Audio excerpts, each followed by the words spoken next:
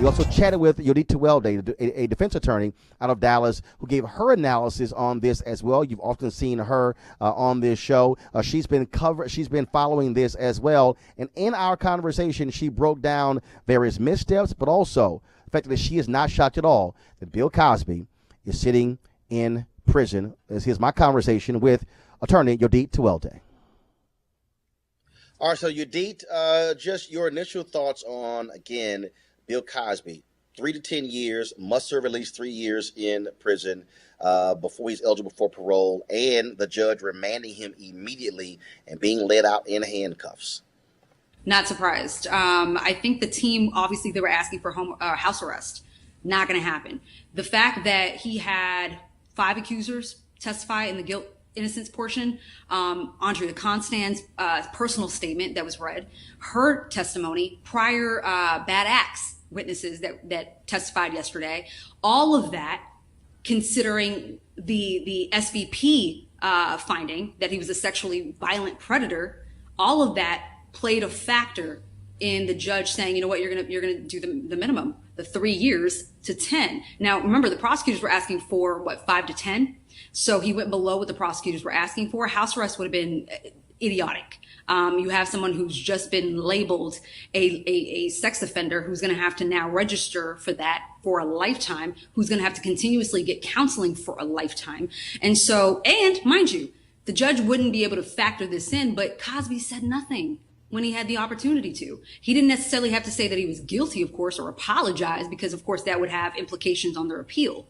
But he could have at least asked for leniency, some mercy, but he said nothing. So the judge can't consider something that no one says. So all he had at that point was what the state was providing, and that was testimony after testimony of survivors, accusers, of the like. So not surprised that he's got to do prison time. As a lawyer, as a defense attorney, when you look at the multiple defense teams he had, the multiple lawyers he had, when you look at the comments the publicists made after the previous mistrial, when you look at the other comments, and then, of course, as they were heading to being sentenced, Camille Cosby very much attacking this judge, saying she hired a former prosecutor to investigate this judge in his past.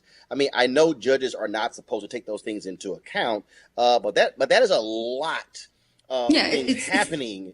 You know, when you would naturally you would say, you might want to temper that down. Your thoughts about all of that as well, leading up to the second trial, and then, of course, the sentencing.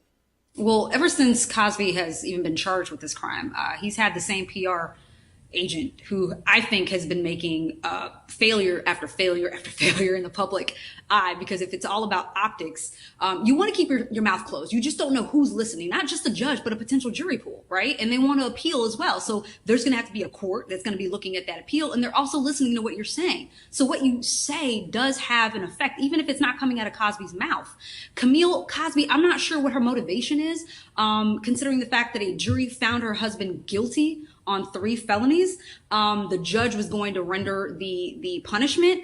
I don't know if this is just more about optics. She just wants to let people know that this was maybe an unfair trial so that she could somehow save a shred of dignity when it comes to her husband's legacy that's essentially been flushed down the toilet since this has begun. So I don't know what her motivations are. I just don't think that it's helpful in any way. And I guess we'll see in the next coming, weeks when the appeal comes down and what that's about. But she didn't even come to court. I don't know what that says. That could be very. Well, we got to remember, she did not come to most of the trial. I think they came. Well, you would think she would come on the last day, though, Roland. I mean, he's going to be sentenced today. And you would have thought that she would have. And clearly, I don't know of anybody who actually thought that he wouldn't get jail time. I mean, at the end of the day, you could look at, again, all things that happened leading up to this. Look at even yesterday and know no, it's not happening. That he was going to get jail time. When you look at this in terms of this society we're in, I had a tweet earlier that Vanity Fair set out where they had this one writer who said that Bill Cosby going to prison is somewhat not it's somewhat good, if you will, to take away the bitterness of Donald Trump. And I responded by saying, how does Bill Cosby going to prison somehow alleviate the bitterness of Donald Trump being in the White House, considering Donald Trump bragged about grabbing women by their vagina? That's a guy. And is the president. He's president of the United States. You right. have a Supreme Court nominee who has been allegations of sexual harassment, sexual assault as well, who's about to have a lifetime appointment as well. I said, I just don't understand how Bill Cosby going to prison somehow goes, ooh, I feel better. Your thoughts on that? So I got a lot of heat, and I'm still getting heat on Twitter right now for something that I said on CNN earlier. And I made the comparison between Kavanaugh's accusers and what's been alleged, against him, and what's been happening with Bill Cosby. And I think people are not really understanding, or choose to just fail to understand what I'm trying to say.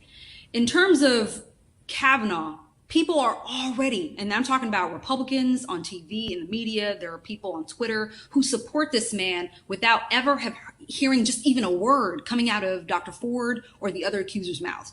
That, to me, signals something, because the reaction when it comes to Cosby's accusers, do you remember that magazine that had all of his accusers on the cover? Right. People were in support, as they should be, right? In support of hearing these women and their truth.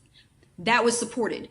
When it comes to Kavanaugh, though, there isn't a real opportunity for these women to tell their story and actually try and persuade, even though that's not their job, to persuade the Senate Republicans, for example, this Thursday, of what they're trying to say when their minds are already made up. Mm-hmm. They've already said out the gate, I'll listen to her, but if I had a juror tell me that they've already made up their mind with regards to the guilt of my client, that juror would be X'd out automatically. If I had a juror who was already picked, say a potential juror who was already picked, and they, made it known that they had already made up their minds before listening to all the evidence, I would ask for a mistrial. That's not okay. Now, I understand that there's a distinguishment between a court of law and a hearing. Got it. But if we're really trying to get to the truth of these accusations for a man who's trying to get the seat to the highest court in the land, if we're trying to get to the bottom of the truth, then why are you not calling potential witnesses, compelling their testimony? Why are you not making him submit to a polygraph test? Because one of the accusers actually did, and it came back to show that she was being truthful. So it's how they're brushing her accusations and allegations under the rug for Kavanaugh, but when it comes to Bill Cosby, it's an applause. It's hypocritical. Last question. So many levels. Last question. Were you shocked that we even saw what happened today? That when these allegations first came out, when Hannibal Buress, of course, his comedic routine went viral, then of course then all of a sudden he gets go through this whole deal. All these women come out, and then he gets charged on the last day before the statute of limitations ran out. Were you shocked to see Bill Cosby let off in handcuffs? On one end, I was. Because this is Bill Cosby. This is America's dad. This is someone I've watched growing up, wanted to be a part of the family. So seeing him in this position was shocking. On the other hand, I wasn't shocked, because you have this man who has been revered in our community, who's been someone who's been a father figure to all of us, someone who's been an example for us in the Black community, and to be taken down the way he has been, and rightfully so. Not surprised, especially in the media. I would say in the media, it's been more than what I've seen with other offenders who don't look like us. Plain and simple. I mean, Brock Turner, do I need to mention him? Who of course, he's the former Stanford diver who, again, 3 months raped a woman, and as she was lying on the side of a road, and the judge said, don't want his life ruined. This is how we categorize white young offenders. It's like, oh, it was just boyish behavior. Oh, they have so much life to live. We can't ruin their future. Now, we're talking about an 81-year-old Black man, but still nonetheless a Black man. And I've been in the criminal justice system for about a decade now, and I've seen the stark differences. So on one hand, I was shocked. On the other hand, I wasn't. All right. Yodit Tewolde, I appreciate it. Thanks a lot. Thanks, Roland.